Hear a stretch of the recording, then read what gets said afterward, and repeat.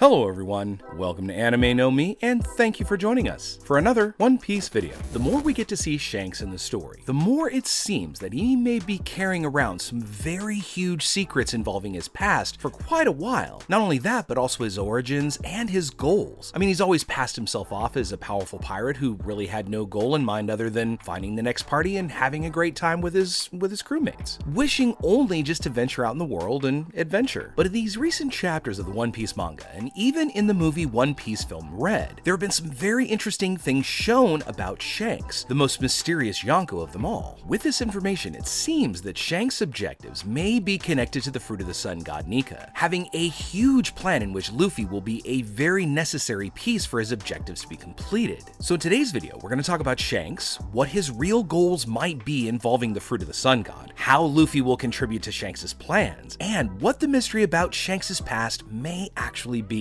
Before we dive any deeper into this red-headed man of mystery, if you're new to the channel or even if you've been around for a bunch of videos, we'd be absolutely honored if you consider leaving us a like or even subscribing and maybe leave us a comment letting us know what you thought of the video. It really helps us out and motivates us to make more content. And if you'd like to help us out in a bigger way, consider sharing your favorite video with a friend. But without further ado, let's get into these mysteries. So my friends, based on some of the information about One Piece film Red, we found out that Roger found Shanks inside a trunk during Zebek's attack on God Valley. Shanks was only about a year old, so Roger adopted him and raised Shanks as if he was his own son. After being old enough, Shanks officially became a pirate in Roger's crew, but because he was too young, he acted only as an apprentice pirate together with his companion Buggy, and then later he came to create his own crew after his captain lost his life. Now, although this may be all the information we have about Shanks' past, there are a few things that we can connect to that realize Shanks' real past, and not only where his origin is, but what his current goals are. As we said before, Shanks was found in a trunk by Roger during the Zebek attack on God Valley, and during this event, Garp and the world nobles were on the island, so the only way Shanks could have arrived on this island was through the nobles. I mean, let's be real, it's not very likely that Zebek was traveling around with a 1-year-old in a trunk, so this means that Shanks could be the son of a world noble, and even a very important world noble at that. In the movie, it's said that Shanks' full name is Shanks Fearland, and he may belong to a noble family with immense fame among the world nobles. In fact, he may even be from the family of one of the Gorosei, and it's for this reason that they allow Shanks to have meetings with them. Just consider for a moment the case of Doflamingo's family. Once his family ceased to be nobles, the other nobles turned their back on them and returned to marry Joie. But even though Shanks is a very famous pirate, the Gorosei seem and always agree to talk to him, and all the while with no admiral or other marines to defend them from any possible attack that could be made by Shanks, which could indicate that Shanks may belong to a noble family with a great reputation even among the nobles, and it's for this reason that the Gorosei allow Shanks to talk to them personally. Now, to be clear, we do not yet know what the Gorosei's actual relationship to Shanks is, but apparently they may have been giving him some very important information throughout the years. Information that would allow Shanks to get the location of the ship that was carrying the Sun God's fruit. For during some of the more recent chapters, it seemed that Shanks really had the intention to take this fruit, even though Who's Who was a member of CP9 at the time, was under the order to protect the fruit, and he even wondered why the red hair pirates would attack a marine ship carrying only a simple fruit like the Gomu Gomu no Mi. Shanks may have had a very big goal with this fruit, but his plan was temporarily ruined, or at least it seemed like it at first. But once he got the Gomu Gomu no Mi, Shanks headed to the island where Luffy lived. Because of Shanks' big reputation and outgoing nature, he was able to inspire Monkey D. Luffy to become a pirate, but what he didn't expect was that Luffy would eat the Sun God's fruit by accident. Obviously, Shanks was temporarily annoyed, if not angered with Luffy, because he needed this fruit to fulfill his main objective. But once he thought it over and contemplated the young boy in front of him, he decided that maybe it wasn't a mistake for Luffy to eat the fruit, because in the future, it could help him complete Shanks' objective. So before heading to the sea again, Shanks gave his straw hat to Luffy to ensure that Luffy at some point in his journey would return to find it, so that Shanks would not have to sail out and go all in search of Luffy to find him again. And since then, Shanks has followed Luffy's growth as a pirate, keeping an eye out so that just the right moment they can meet again to fulfill Shanks' goal. Throughout Luffy's journey, the whole world and all of us fans have seen that he has been able to turn a fruit that really was kind of considered useless into an amazingly powerful and creative one, allowing him to face powerful enemies all over the world and constantly adapt to new fighting styles. And again, us fans, a lot of us have thought,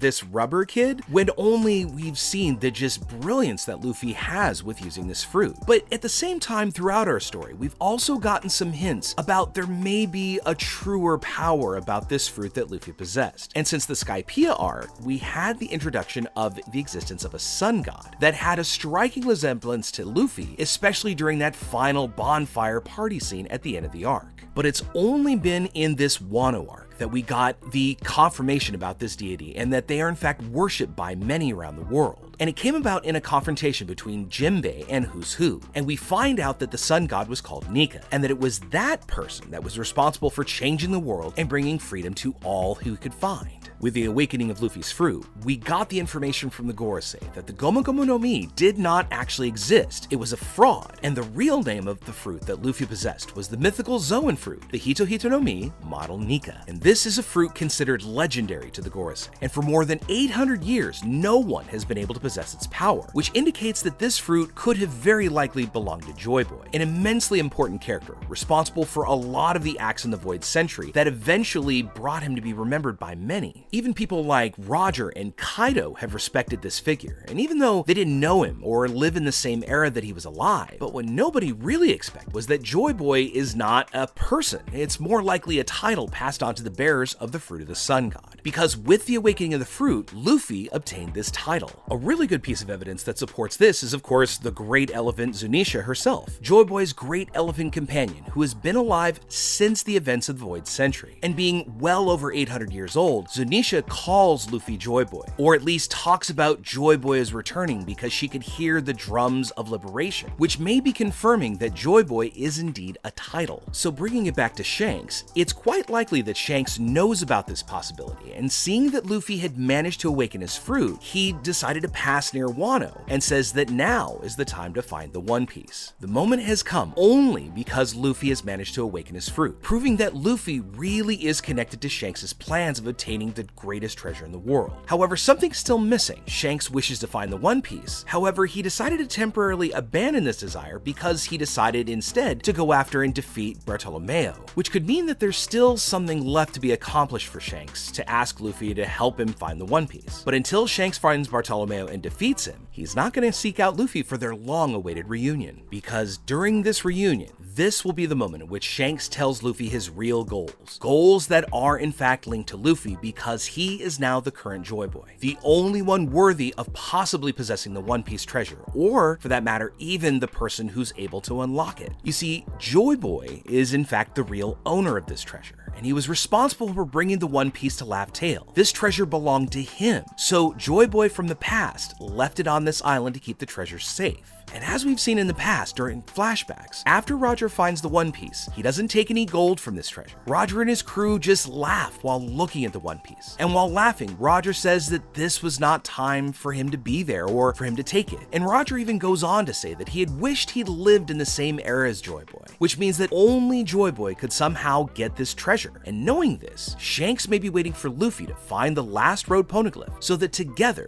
they can find and unlock the One Piece. So while Luffy goes on his venture to find the last poneglyph, Shanks is after a rather futile goal because he really doesn't need to be in a hurry to reunite with Luffy. The Straw Hats won't be able to find the last road poneglyph overnight, and that's going to give Shanks more time to search for Bartolomeo much more calmly. And something else we just want to quickly mention about this fruit is there's been a lot of speculation in the community and even mention in the manga that Zoan-type fruits tend to have their own kind of soul or spirit to them. And once we saw Luffy eat the Fruit of the Sun God, it instantly made Shanks and everybody else around them much calmer. In fact, we see Luffy pull his now rubbery cheeks and saying he just feels happy, he feels amazing. Plus, not to mention the fact that although devil fruits are supposed to taste absolutely disgusting, Luffy ate the whole thing. So because Shanks couldn't see anybody else eat the Fruit of the Sun God and the Fruit of the Sun God chose Luffy, it just kind of became a moment for him to think and just decide to wait for Luffy to awaken it. And the timing of this awakening could be something that really is going to tip the scales in favor of Shanks. But also, it gave Luffy an amazingly great opportunity to become the world's greatest pirate. With this power, Luffy's going to be able to face many dangers that are still looming out on the horizon. And besides, also being able to make new faithful friends that will accompany him on his journey to fulfill his dreams. And this also makes us think of one of those faded lines about Luffy that came from Marineford. In fact, it was something that Mihawk said about Luffy, saying that he had this magnetic ability to draw people to him. I mean, he was even able to make somebody like Crocodile, a former enemy, help him create that mass breakout out of Impel Down. And what Mihawk called it was one of the most dangerous powers in the world, because Luffy has this magnetism that draws him to him. But besides all of the ability to make friends and liberate people, through this awakening, Luffy has also become incredibly physically strong, and he's also become more endurant, and his body now seems to be much more resistant and able to flow, much like we saw Katakuri do his fruit with the Mochi Mochi no Mi. But with all of this gain, he still has the weakness against cuts. In an example of incredible resistance during the Wano arc, we saw Luffy take a hit from Kaido's Boro Breath. Now, this is a technique capable of destroying mountains and castles, but Luffy came out of this attack pretty much just a little bit singed. So with his new and improved body, Luffy is now able to inflate his body without having to blow air into it, and it also seems that not only does his body grow, but his strength grows proportionally to the size increase. In an example of that, we saw that with Luffy's fight with Kaido, he was able to inflate one of his arms and grab Kaido in his full dragon form and wrestle with him and move him around as if he weighed next to nothing. And for all we know, there may no longer be a restriction in how far he can stretch, because now he has the fruit that can break all the restrictions